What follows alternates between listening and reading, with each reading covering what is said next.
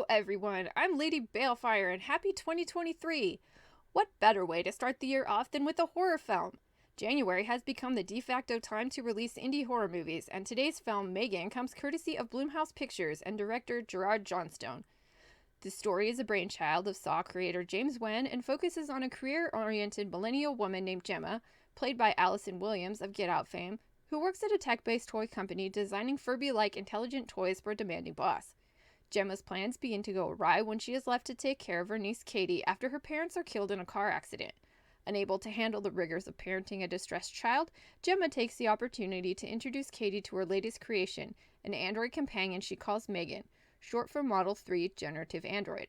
M3GAN and Katie bond immediately, but without proper care from Gemma, both Katie and M3GAN suffer disastrous consequences. The film was good. Not great, but definitely not bad. The dangers posed by our digital devices was a key theme and made the movie feel like an extended Black Mirror episode. It also had nods to other killer robot and technology films. M3GAN's taking control of Gemma's house was reminiscent of the cult 80s film Demon Seed, and the doll immediately brought to mind the Chucky franchise. But hidden in the film were nods to other great Android films. The dance Katie and M3GAN performs where they first meet brings to mind Ex Machina, and there is even a scene where M3GAN's skull is dipped into a latex bath, which draws comparisons to HBO's Westworld series, and the later scene where M3GAN's face is removed seemed like a nod to the original Westworld movies. Unlike Westworld and Ex Machina, however, M3GAN falls flat when it comes to addressing larger thematic questions.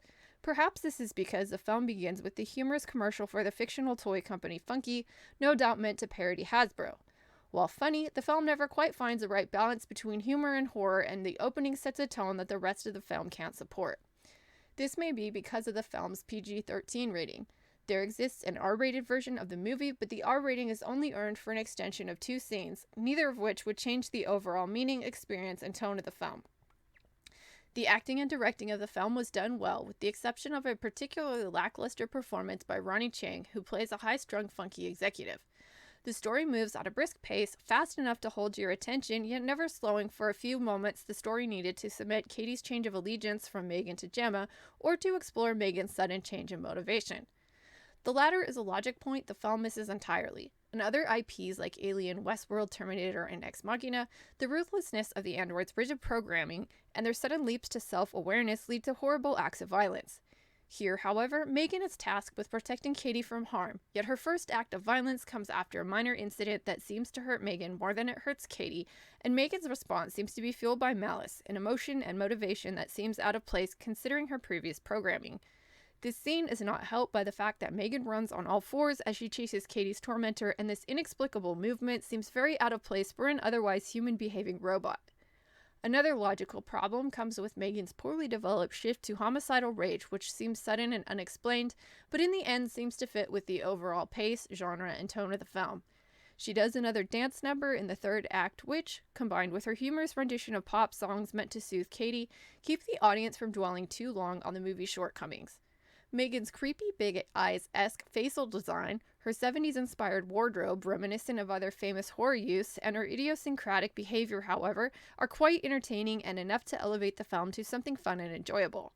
While certainly not a masterpiece, the movie is an entertaining way to kick off the new year and definitely something to watch, especially if you enjoy a milder type of horror film. Overall, I give this film a solid 3.5 out of 5 stars. And a very special thanks to Mexican Iron Man, Polly from Latino Slant, and Film Threads Chris Gore for inviting me out to their meet and greet and a viewing of this film. And to them and everyone else I met that night, thank you for reminding me why I love the movies. This is the first film I've seen in 2.5 years in the theater after life derailed my film school goals and fed me too many black pills, and I had a wonderful night, and the experience revitalized my passion for storytelling and filmmaking. So please, stay tuned for more content and live streams in the future, and if you enjoyed this, please like, comment, share, and subscribe.